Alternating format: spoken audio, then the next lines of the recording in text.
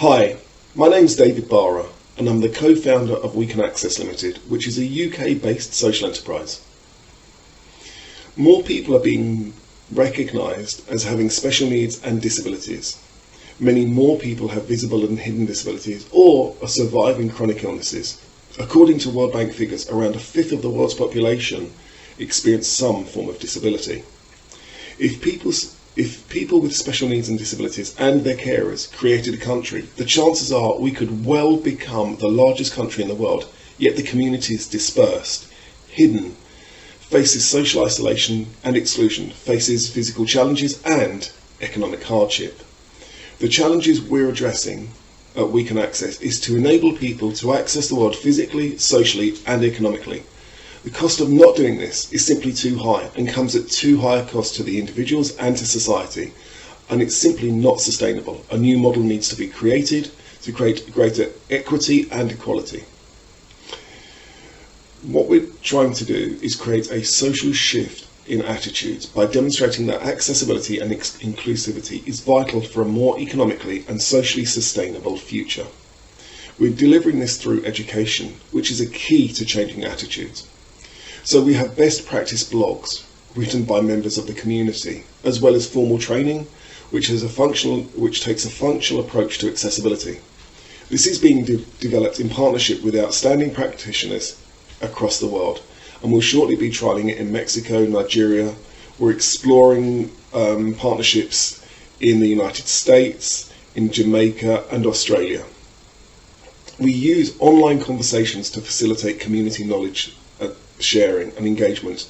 We're also inviting people to leave online reviews of places, businesses and services that do accessibility well, allowing best practice to be recognised and shared.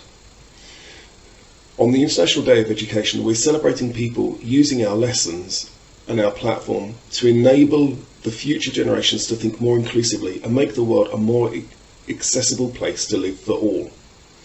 One obstacle that we're facing is changing people's attitudes and understanding of the issues.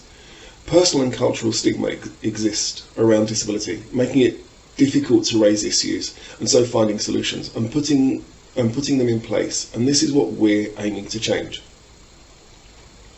One favourite example of a collaboration is working at a grassroots level. For example, we're working with the staff and pupils at Ifield School in Kent, which is in the United Kingdom, to support their curriculum learning and enable them to develop life skills and enable them to contribute to the local and global knowledge. Last year, WeCanAccess facilitated students in reviewing accessible places in their local area. This year, it's hoped, COVID-19 allowing, the pupils will take over our Instagram account and use it to highlight what makes learning and life more accessible for them. One student with profound and multiple learning difficulties will even be using eye-gazing technology to participate.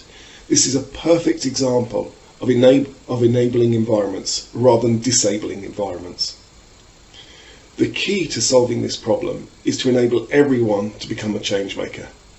We want to build partnerships with people in order to build a global community of people who can identify access and inclusion issues and come together to discuss and find affordable and practical solutions, working with specialists in the fields of engineering, education, IT and other fields so that everybody can make a change at a local, national and global level. By doing this, we will create a more sustainable model which will lead to greater equity and equality for over a fifth of the world's population.